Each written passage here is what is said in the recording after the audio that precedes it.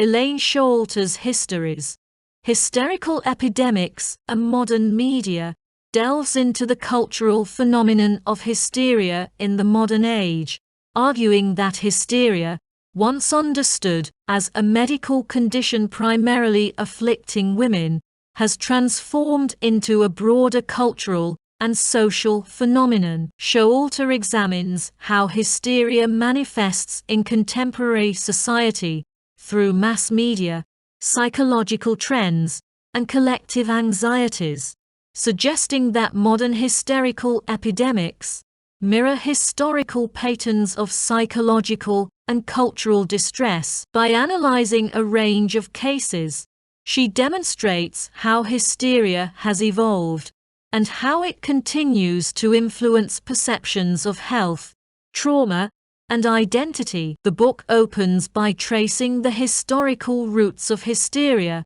a term originating in ancient Greece that was long associated with the female reproductive system. Showalter explores how hysteria was diagnosed and treated in the 19th century, focusing on its gendered implications and its use as a catch-all diagnosis for women who defied social norms. Building on this historical context, she shows that hysteria, far from being eradicated, has merely shifted its form and context in the modern era. Instead of being confined to individual medical diagnoses, hysteria now emerges as collective psychological phenomena, shaped by cultural and media narratives. Showalter identifies several contemporary phenomena that she categorizes as hysterical epidemics. These include alien abduction claims,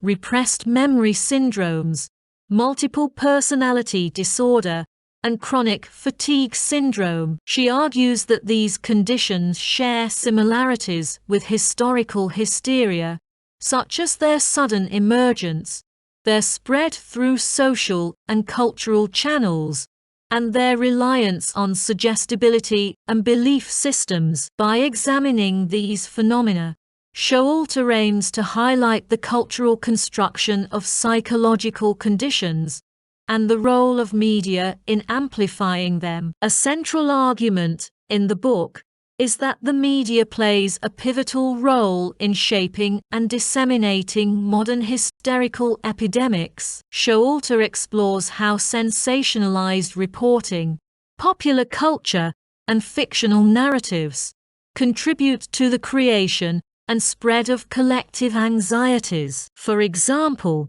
she examines the proliferation of alien abduction stories, showing how they mirror cultural fears about technology, surveillance, and personal autonomy. Similarly, she critiques the media's role in promoting repressed memory syndromes, arguing that therapists and patients are influenced by cultural scripts that shape how trauma is understood and expressed. Showalter's analysis extends to the intersection of hysteria and identity, particularly in how individuals use hysterical narratives to make sense of their experiences and assert their place in society. She suggests that hysteria often provides a language for expressing unacknowledged or taboo feelings, such as fear, anger, or grief. However, she also warns that these narratives can become limiting or self-perpetuating as individuals and communities adopt them as defining aspects of their identities. The book critically examines the relationship between hysteria and authority, particularly medical and psychological authority. Showalter critiques the medicalization of hysteria, arguing that it reflects broader societal anxieties about gender, power, and control. She also explores how modern professionals, such as therapists and researchers, contribute to the perpetuation of hysterical narratives by validating and institutionalizing them. This critique is particularly pointed in her discussion of repressed memory therapy, where she questions the ethical and scientific foundations of practices that can inadvertently reinforce false or exaggerated claims. Showalter's work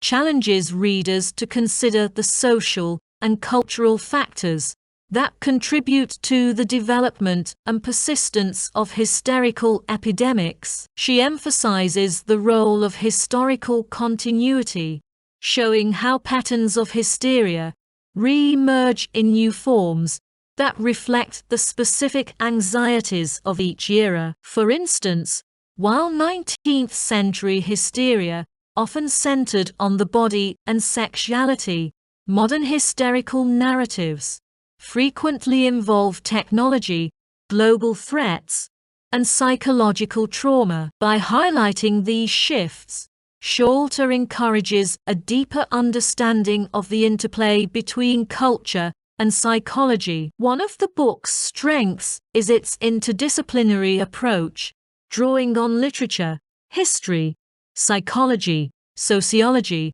and media studies to build its arguments. Showalter's analysis is both wide-ranging and detailed, incorporating case studies, historical parallels, and theoretical insights. This approach allows her to connect seemingly disparate phenomena, such as alien abduction stories and chronic fatigue syndrome, under the umbrella of hysteria. At the same time, her use of historical context provides a grounding framework that helps readers appreciate the enduring relevance of hysteria as a concept. Showalter also addresses the controversies surrounding her work, acknowledging that her critique of hysterical epidemics might be seen as dismissive or invalidating to those who experience them. She emphasizes that her intention is not to deny the reality of suffering,